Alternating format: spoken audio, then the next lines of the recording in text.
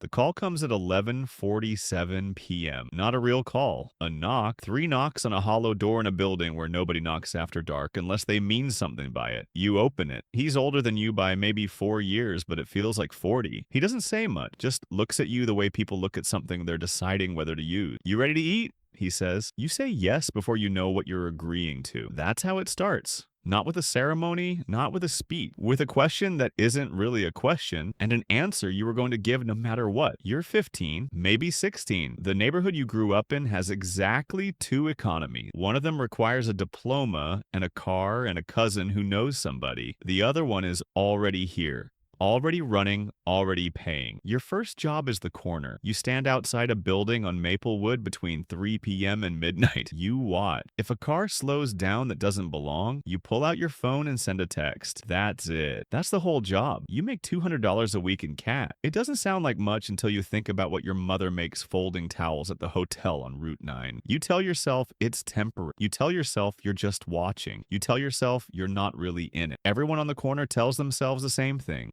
3 months in, they trust you with movement. You're not standing anymore. You're moving. Backpack, hoodie, specific routes, specific times. You know which blocks are watched, which aren't. You know which buildings have cameras that actually work and which ones are just hollow gray boxes bolted to brick walls. You carry packages from point A to point B. You don't open them. You don't count what's inside. You don't ask. You learn fast that questions are a tax nobody wants to pay. The older guys start calling you by a name that isn't your name. It sticks. Within a few weeks, you answer to it without thinking. Your real name starts to feel like something you wore as a kid, like a coat that doesn't fit anymore. You clear $700 in a good week. Sometimes more. You're not thinking about high school anymore. Not really. You show up sometimes, sit in the back, watch the clock. The teachers talk about futures like they're real destinations. You already live in the future they don't know about. The first time you see violence up close, it happens fast. Faster than you expected. You're standing 30 feet away, and then there's a sound, and then someone is on the ground, and then everyone is walking away calmly, like it was planned, like it's already over. Nobody runs. You learn. Running draws attention. Walking away is invisible. You walk away. That night, you don't sleep, but a week later, you sleep fine. That's the shift that nobody warns you about. Not the violence itself, the speed at which it becomes background noise. You get a package that isn't product. It's heavier, wrapped different. The guy who hands it to you doesn't explain. He just says, keep it close. You'll know when. You know what it is before you unwrap it in your bathroom with the door locked. Black, compact. Cold in a way metal is cold when it's been stored somewhere dark. You hold it for a long time without doing anything. This is the line. You know it's the line. The version of you from 2 years ago would not recognize what you're holding or why you're calm about it. You keep it. The neighborhood knows something has shifted in how you carry yourself. You don't announce anything. You don't have to. There's a posture that comes with this level, a stillness. People who used to ignore you on the block now give you room when you walk past. Respect, you realize, is mostly just the absence of disrespect. You're 17. You have more money than any adult in your family. You're paying the cable bill. You bought your little brother new shoes. You tell your mother you've been doing odd jobs. She doesn't ask.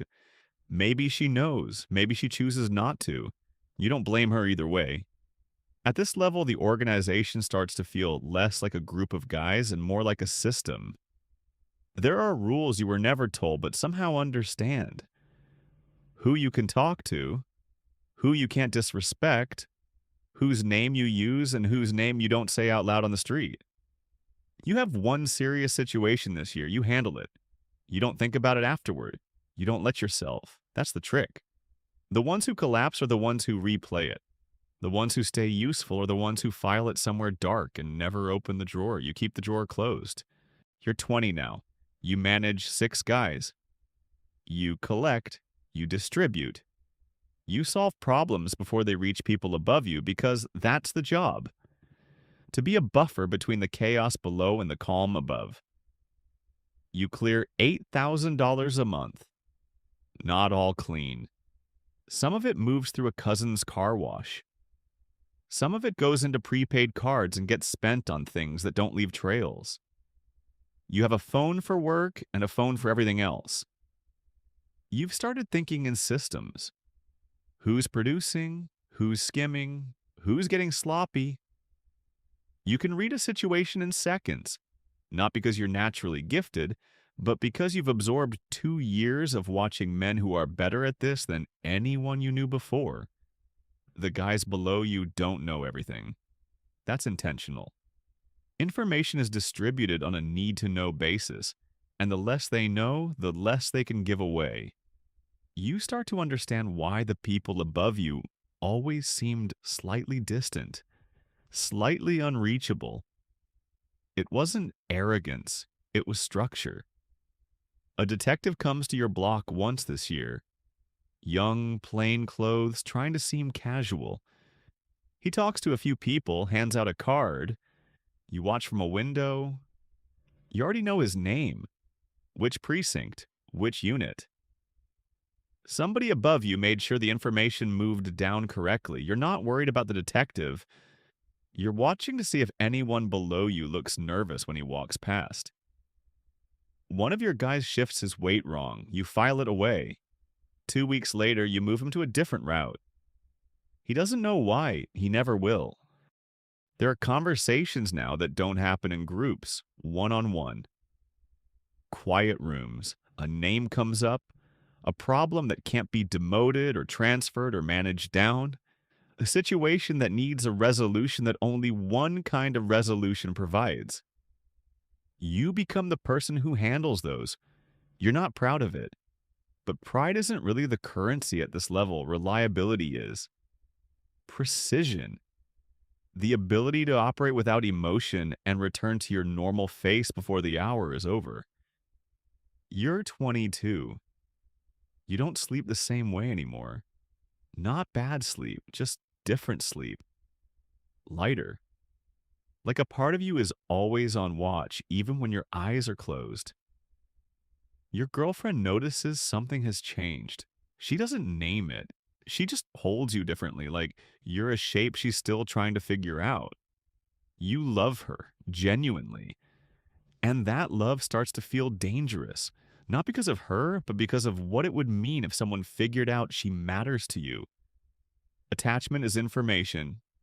Information is leverage. Leverage in the wrong hands is catastrophic. You start maintaining distance inside the closeness, smiling at the right times, being present in the room but not entirely reachable. It's a skill. You get good at it. The men above you speak to you differently now. Not warmer exactly, more directly. Like you're a tool they trust enough to use without double checking. You realize you've traded something large for something functional. You're not sure you regret it. You're not sure you're capable of regretting it anymore. You run a territory. 12 blocks. 4 corners. 2 stash locations. 11 men beneath you, each of them with men beneath them. The math is daily.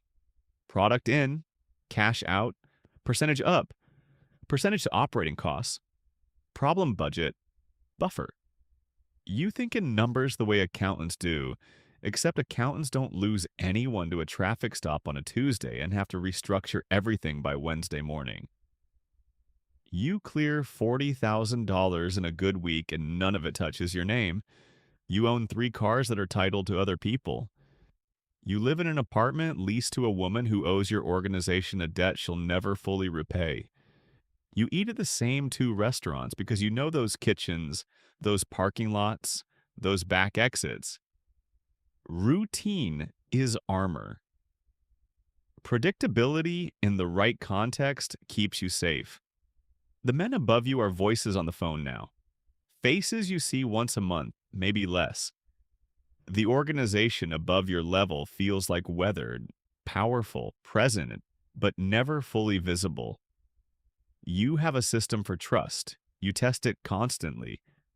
Small lies, small inconsistencies, small traps set in conversations that only matter if someone repeats them to the wrong person. Most of your guys pass, some don't. The ones who don't disappear from your operation quietly, you don't explain why.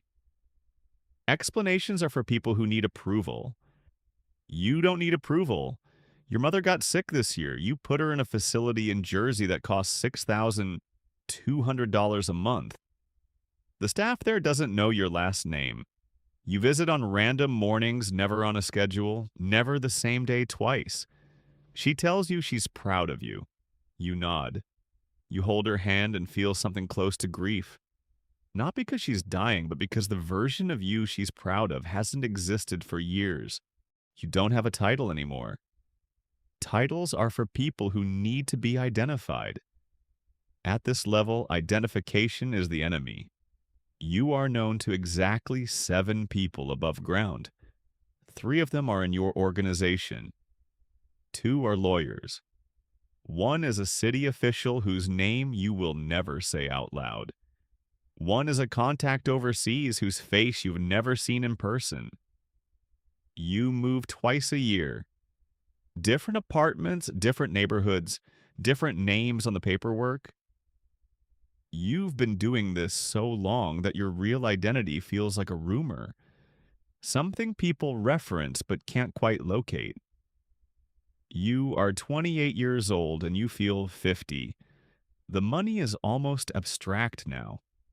Numbers and accounts structured through layers of legitimate business.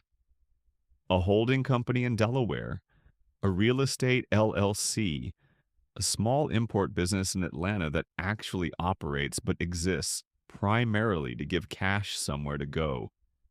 You've cleared more in the last 2 years than your father would have made in 30. You don't spend it conspicuously. That's a rookie error. You've watched men fall because they couldn't resist the car, the chain, the house that screamed the wrong thing to the wrong person. Your life looks from the outside quiet, ordinary even. Inside, it's a grid of variables you track constantly. Who's under pressure, who's talking to whom, which organization is moving into which territory, which law enforcement unit just got new funding and new ambition. You think about the boy in the corner, the one you used to be. He seems like a different person. You don't feel nostalgia for him. You feel something colder, something that might be understanding. He didn't know what he was walking into. You walked in anyway. There is no ceremony for this level. No one calls you and says you've arrived. Arrival at this level is something you recognize only in retrospect. In the moment when you realize that the people who used to give orders are now asking for your opinion before they give them. You are the system, not the whole system. The whole system doesn't have a single person, but you are a load-bearing piece of it. Remove you and something structural changes. Other pieces have to move to fill the gap. That's a different kind of power than anything below this level. You don't touch product. You haven't in years. You don't carry. You don't threaten. You don't appear at anything that could be documented. You think. You make calls about people and territories and money from rooms that are clean, quiet, and completely ordinary. Decisions that reshape the block-level reality of people you will never meet are made in conversations that last less than 3 minutes. The loneliness of this level is something no one prepares you for. Not emotional loneliness, exactly. It's more structural. There's no one at your level you can speak honestly to. The men below you need to see stability. The few above you are competitors as much as colleagues. The people in your personal life, whatever remains of that, live in a version of your life that is mostly performance. You are 31 years old. You have not been inside a courtroom, a precinct, or an emergency room in your adult life. You are invisible in the way that very few people achieve, and almost none survive. But surviving, you've learned, is different from living. You are surviving at an extraordinary rate. You sit sometimes in a car, in a room, in a restaurant booth facing the door, and you do the math of probability of how many men at your level are still standing at 35. At 40, you know the number. It is not a comfortable number. You don't think about getting out. Getting out is a story people tell themselves. You've watched men try. The ones who make it clean are the ones who had an exit built in from the beginning, a legitimate business that was always real, an identity that was always maintained, a moment when they handed things off completely and disappeared into something else. You didn't build that. You built this. And this is permanent in the way that certain choices become permanent, not because you can't leave, but because what you've become has nowhere else to be. You look out the window, the block below is running. It runs whether you're watching or not. Product moves, cash moves, orders passed down through layers you designed years ago without anyone knowing you designed them. The machine breathes. Somewhere, a kid is standing on a corner on Maplewood. He's got a hoodie up and a cheap phone in his pocket, and he's watching the street the way someone watches it when they've just been told to watch it, but don't quite know what they're looking for yet. He's cold. He's alert. He's thinking about the $200. He thinks he's just watching. He thinks this is temporary. He thinks he knows what he's getting into. He doesn't, but he will.